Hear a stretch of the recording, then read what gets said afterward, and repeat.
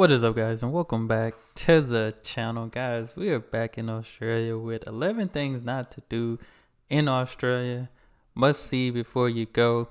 When I looked, I think this video is like 2, maybe 3 years old. So, hey, we finna check it out. Y'all already see it. It got one of my, I wouldn't even say favorite, but I've been seeing it here for the past couple of days now. We got a crocodile, so we finna check it out. Y'all hit that subscribe button. Send down those recommendations. Let's see. Australia is many things. It's a continent that makes up the 6th largest country in the world and is home to some of the most dangerous creatures on the planet. And no, I'm not just talking about Australians. With a little over 8.5 million people visiting each year, tourism is a huge part of Australia's economy. That being said, there are a number of things to look out for when you're there. So let's get right into it. Okay.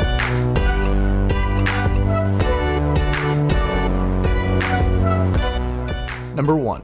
Don't stray from the path. With over 66 different venomous species, which is the 3rd largest concentration in the world, by the way, it's important to know where you are at all times. Now, this is especially true if you plan on trekking or camping in the outback. What type of ants were those? Where you are at all times. What in the world? But this is my first time seeing these. I never seen an ant with a green back. This is especially true if you plan on trekking or those sugar ants don't have. I ain't never seen green on a sugar ant. Camping in the outback. With things like the common brown snake, box jellyfish, and crocodiles. There's no shortage of dangerous animals here. So it's important that you stay on the path when you're exploring. And that goes for warning signs as well. Because while it may seem funny to some people from different countries, here they're very real and should be taken seriously. Dang. What type of bird? Koala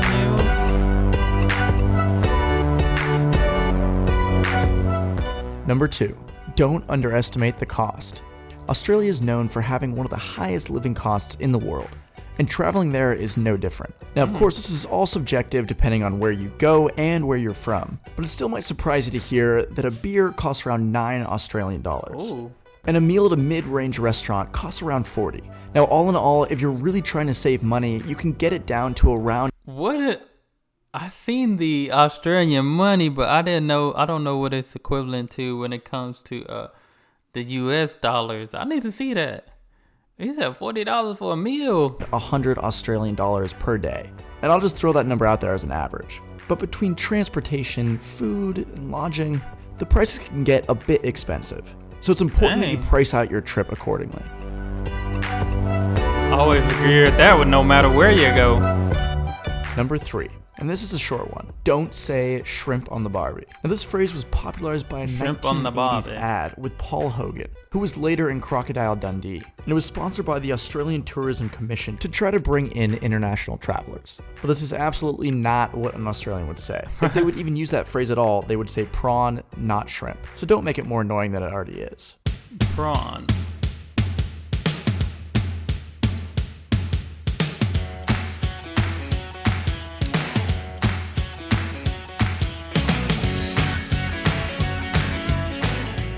Number 4.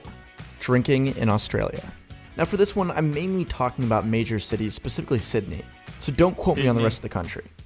But in Sydney, you can't get a beer after 1:30 in the morning because they have something called a lockout law, which means no one is allowed in or out of bars past that point in time. And their last call, I feel like everybody do a last call around that time anyway. Call is at 3 in the morning. And of course, don't drink and try and drive because they have one of the lowest blood alcohol content levels, 0.05, before you can be arrested. And last but not least, don't order Foster's beer. That's not an Australian thing, it's an American thing. Instead, try and order a bottle of Bundaberg. My Aussie friends will know why I'm laughing. What in the world? Number 5. Don't underestimate its size. Australia is a country with about 25 million people, and because it's a continent, it's made up of almost 7.6 million square kilometers.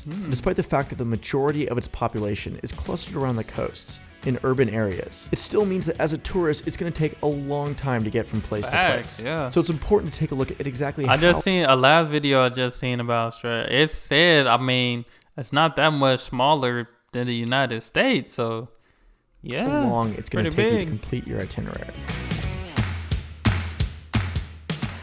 Number 6. Don't always tip. Now, unlike some countries, tipping isn't required in Australia. And that's mainly because their minimum wage is the highest in the world, at around $18.93 an hour. Not Now, in places bad. like the US, waitstaff require tips to earn a living wage, because the national minimum wage is $7.25 an hour. Now, if you have great service, for sure you should tip the person. All I'm sure. saying is you won't be scorned like in the US if you don't. That's true, man. People Number really 7, make you feel bad. Don't rely on public transport. Now, because Australia is so big and so spread out, public transport is difficult to find outside major cities. You know, it's not like Europe where you can take a train to a small town, hop off, and then hop onto another train to another small town. Australia's just too big for that to be feasible. So you're better off finding other ways to get around. Feel that. Number 8. Don't talk about immigration. Now, forgive me if I have to generalize a bit in order to get the point across.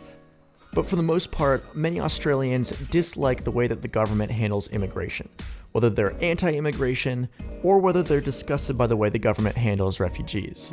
Of course, there's all the people in between. But the bottom line is that immigration is a big deal in Australia, and it's easier to avoid the topic. That's true. Always easier to avoid things sometimes. Number 9. Don't take anything personally. Now, Australians I'll always definitely seem learn to be that. joking around, and insults are one of the ways that they do that. But don't make the mistake of thinking they mean anything by it. There's a funny saying where you know that an Australian doesn't like you if they don't insult you, because it means that they actually think I they're... feel like I had a few people tell me that in the comments, like on the past couple of videos, or it might have been one video. I had a couple people tell me that. something wrong with you and that it'll offend you. Go figure. So take everything with a grain of salt. Got to.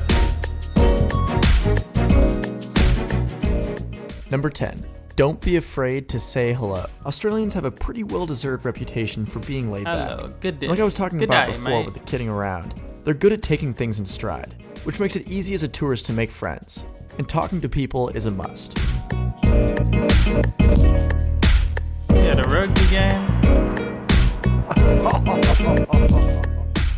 Last but not least, number 11. Make sure you enjoy Australia. Australia is such a cool place with so many fun and interesting people. And there's so much to do there. It's important to keep in mind that these are all general guidelines and tips that I find out while I was there.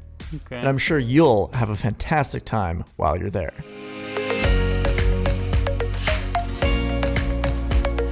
Low key, Cal mckinley. Okay, I'm gonna have to see some more Cal. I'm gonna have to see some more before I subscribe. Cause that was interesting because it said 11 things not to do in Australia, and I feel like it was like 11 things to kind of, I don't know, it was like a mixture maybe. It seemed like it was a mixture of things to do, not to do, type of thing like that. But all in all, I definitely agree. Like he said, don't take things personally. That's what I had to learn, especially in life.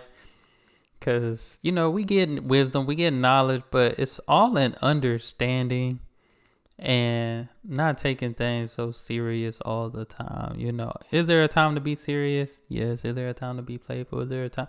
There's a time for everything. You know what I'm saying? But this was good still. Sceneries, different things like that. But yeah, I feel like this was definitely a mixture of both. It was definitely a mixture of both, but it's still good, So definitely gonna have to check out more, cause it seems like he go a lot of places. That's cool, cause that's what I'm trying to get on. I'm trying to be going to a lot of places and stuff like that. So that's why I'm trying to recover well, so I can get on the run, on the move. You know what I'm saying? But that's all I have for this video. Y'all hit that subscribe button, send down those recommendations. Y'all be blessed, be the best, and be you. I'm out.